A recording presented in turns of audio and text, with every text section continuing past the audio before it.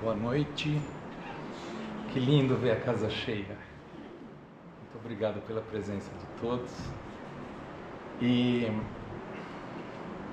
antes de iniciar, como tem algumas pessoas novas, sempre a cada semana vai chegando novas pessoas, sempre importante lembrar que esse trabalho de segunda-feira, ele inicia aqui. Começa com essa parte da leitura de um dos textos ou do Evangelho ou de algo afim, como é o livro do Chico Xavier, que nós vamos ler hoje, da Fonte Viva. E o segundo momento é lá embaixo com os passes. E esse momento primeiro aqui, ele já é parte desse trabalho. É um trabalho onde nós deixamos lá fora as nossas problemáticas, aquilo que nos deixa de cabeça quente, e buscamos nos concentrar aqui para receber, né, esse lenitivo que vai nos ajudar muito na nossa jornada, na nossa caminhada. E quando nós descemos, nós já descemos com todo esse acolhimento e vamos lá para receber um pouquinho mais desse carinho. Tá? Então sejam todos bem-vindos. A lição de hoje é do livro Fonte Viva, de Emmanuel, psicografado por Chico Xavier, Fermento Espiritual. E ele começa dizendo uma citação de Paulo aos Coríntios: não sabeis que um pouco de fermento leveda a massa toda? Quando Paulo ele escreve essa carta aos Coríntios, ele está preocupado com a conduta moral daquele povo, e numa sequência de cartas ele procura alertar, ele procura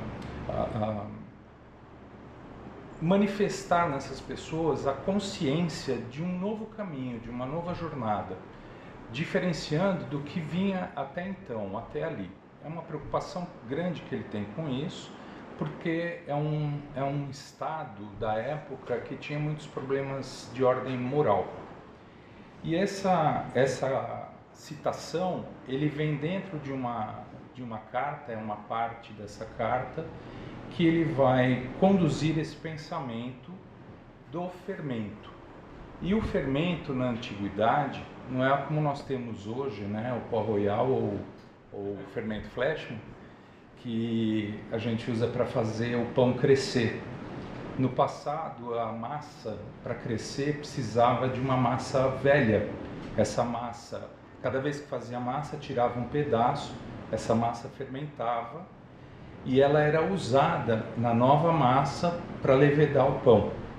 Só que muitas vezes essa massa também trazia bactérias, trazia outros elementos nocivos e estragava esse pão.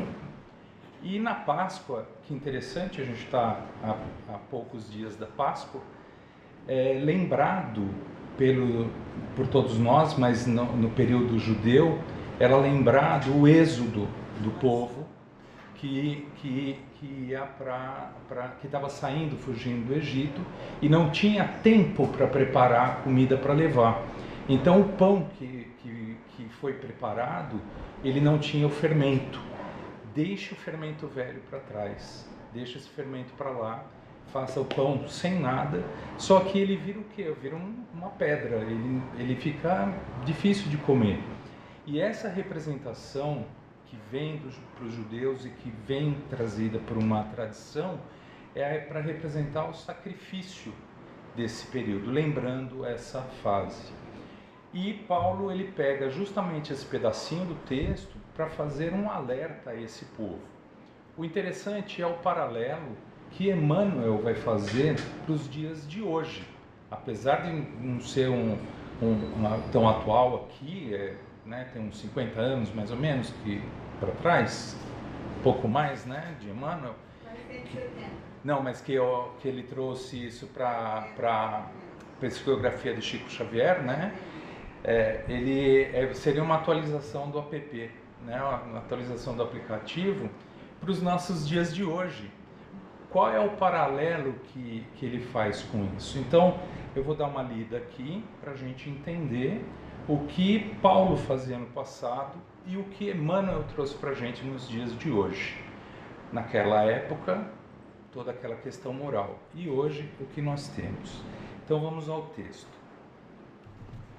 O fermento é uma substância que excita outras substâncias, e nossa vida é sempre um fermento espiritual com que influenciamos as existências alheias. Então nós também somos fermentos. Ninguém vive só.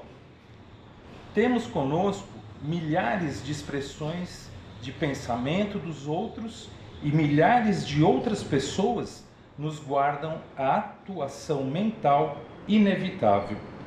Ou seja, nós, enquanto seres que vivem em comunidade, ao mesmo tempo nós o influenciamos e somos influenciados. E o que é influenciado? Tudo o que acontece, gente. Hoje, por exemplo, nós estamos numa grande influência social de uma série de questões, são questões políticas, são questões econômicas. Tudo isso vai trazendo uma influência de fora para nós, mas nós também temos uma grande influência sobre isso. O que nós estamos fermentando com tudo isso e estamos passando adiante? Os raios de nossa influência entrosam-se com as emissões de quantos nos conhecem, direta ou indiretamente, e pesam na balança do mundo para o bem ou para o mal. Aí nós vamos cair novamente no que nós divulgamos por aí, seja diretamente com as pessoas, seja até por uma mídia social. Nossas palavras determinam palavras em que nos ouve. E toda vez que não formos sinceros, é provável que o interlocutor seja igualmente desleal. Então nós temos aqui a primeira questão, a palavra. A palavra, ela é um fermento que nós precisamos tomar muito cuidado. Um fermento novo, um fermento fresco, um fermento limpo, é um fermento que vai fazer com que esse pão cresça. Ou seja, aquelas palavras que nós fazemos com a boa intenção de ajudar, com a boa intenção do crescimento, com a boa intenção de elevar, é um bom fermento. Mas se é uma palavra destrutiva, ela pode trazer os malefícios para isso, né? E estragar essa massa. São metáforas, né? É um texto todo em metáforas.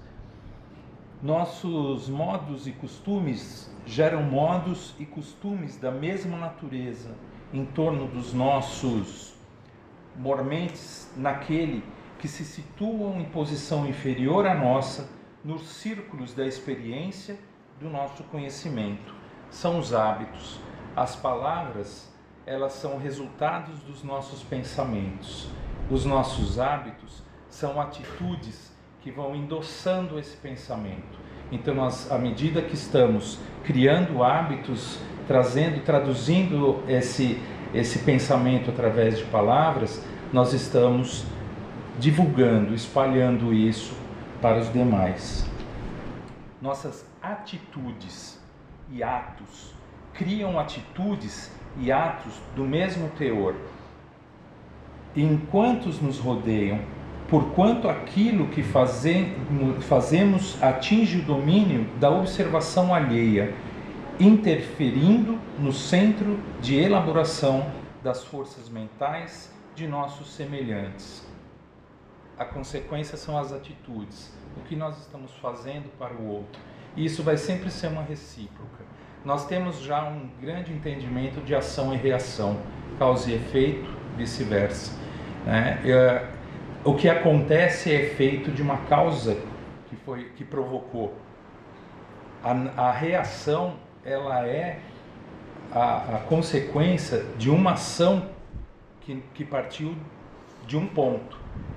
Então é uma reflexão, é o tempo todo essa reflexão.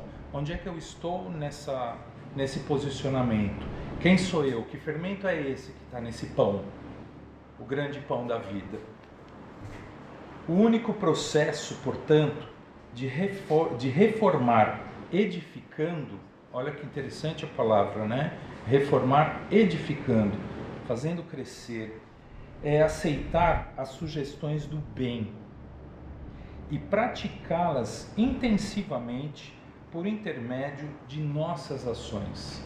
Então, à medida que nós vamos mudando, que nós vamos melhorando, nós vamos melhorando a nossa volta. É todo um crescimento. Nas origens de nossas determinações, porém, reside a ideia. A mente, em razão disso, é a sede de nossa atuação pessoal onde estivermos. Então ele reforça aqui que tudo parte do pensamento.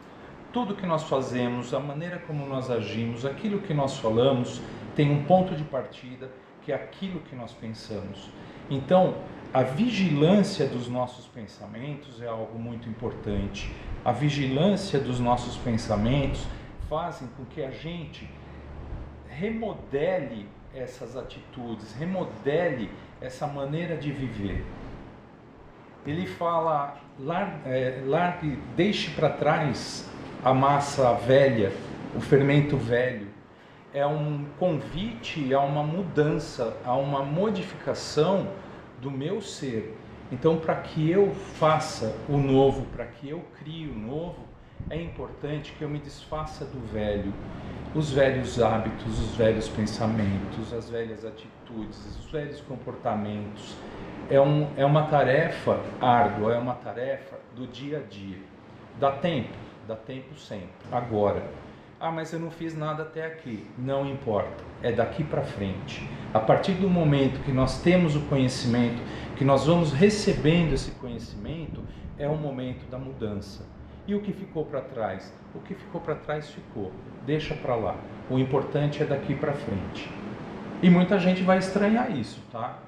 Não fiquem admirados que as pessoas falam, nossa, como você está mudando, está falando diferente, está pensando diferente, está agindo diferente. Continua, deixa. Quem receber isso vai receber de uma outra forma, porque não é o dando que se recebe. Então nós vamos dando o bem, nós vamos recebendo o bem, e todo bem à nossa volta vai se formando. Então é uma grande mudança da sintonia. De novo, pensamento é fermentação espiritual. Em primeiro lugar, estabelece atitudes. Em segundo, gera hábitos. E depois, governa expressões e palavras através das quais a individualidade influencia na vida e no mundo. Regenerado, pois, o pensamento de um homem a caminho que o conduz ao Senhor se revela reto e limpo. Exatamente o que acabei de falar aqui, essa questão da mudança, o que ela vai trazendo para a gente. Então, é uma lição que o tempo todo ela vem nessa questão do pensamento como grande fermento, o fermento espiritual. Ele é essa reformulação de todos os nossos sentimentos, de todos os nossos pensamentos, e que a gente sempre tenha consciência de que assim como nós somos influenciados, nós também influenciamos. Então, cuidar para que cuidar desse nosso próximo, né? Dessa maneira de ser. Esse convite também é um convite para a nossa elevação enquanto ser, não só uma mudança das atitudes, mas da busca de uma vida mais saudável, da busca do melhor em nós, do melhor no outro, de fazer o bem, de amar o próximo, de praticar esse amor que é a caridade. São os convites que ficam dessa lição. E aí Paulo, lá atrás, ele disse ao povo de Coríntios, era uma preocupação em preservar a igreja como autêntico lugar de uma vida nova criada por Deus. O que Emmanuel traz hoje para a gente é exatamente a mesma coisa, que a gente possa buscar este lugar autêntico dentro de nós. Nós somos a nossa igreja, Nós somos o nosso próprio templo. Eu já falei uma vez e repito, Deus está em mim e eu estou em Deus. Então, nós estamos em Deus e Deus está em nós. Essa é a nossa igreja. Então, que a gente possa buscar essa nova vida, essa nova criação, esse novo pão, com esse novo fermento. Para encerrar, a musiquinha começou, hoje eu não vou passar o tempo. Eu trouxe um texto sobre os dois lobos. É um texto indígena da tribo Cherokee. Tem nada a ver com a gente, não tem nada a ver com o espiritismo, mas é uma lição de sabedoria muito interessante, curtinha.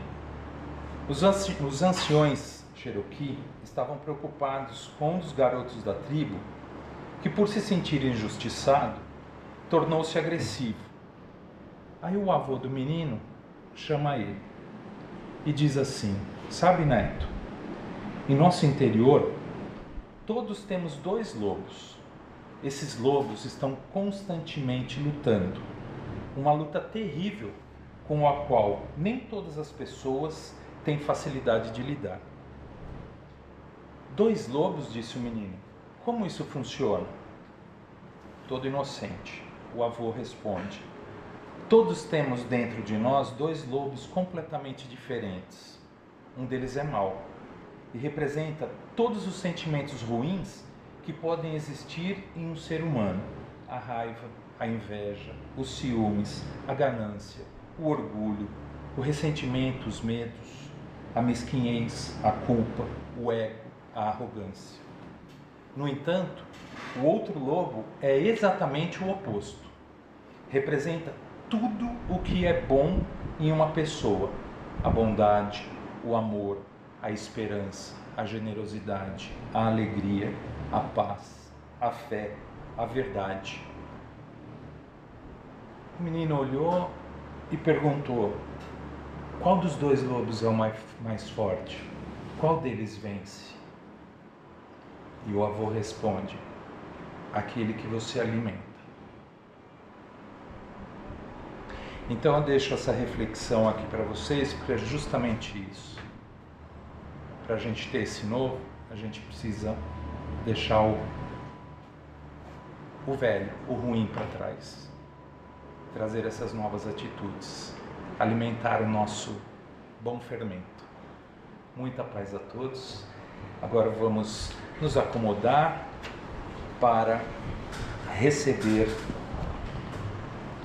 a bênção, o lenitivo trazido pela equipe espiritual que se faz aqui presente e que nos abraça, nos envolve com todo o amor, com toda a luz, com todo o carinho, entendendo as nossas dores, compreendendo as nossas aflições, trazendo até nós a calma, a tranquilidade, o discernimento, o amor no coração, florescendo em nós a esperança de dias melhores, a esperança de um mundo melhor, a esperança de sermos grandiosos e trabalharmos pelo bem maior. Que o Mestre amado Jesus coloque sua mão sobre nossas cabeças e nos abençoe. Que essa luz que desce do céu sobre cada um de nós nos abençoa, nos envolve, nos ilumina.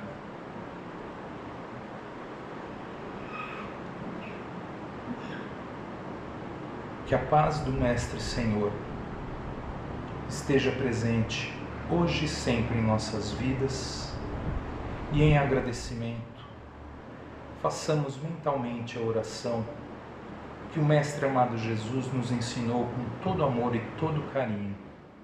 Pai nosso que estais no céu, santificado seja o vosso nome. Venha a nós o vosso reino e seja feita a vossa vontade, assim na terra como no céu. O pão nosso de cada dia nos dai hoje. perdoai as nossas ofensas, assim como nós perdoamos a quem nos tem ofendido.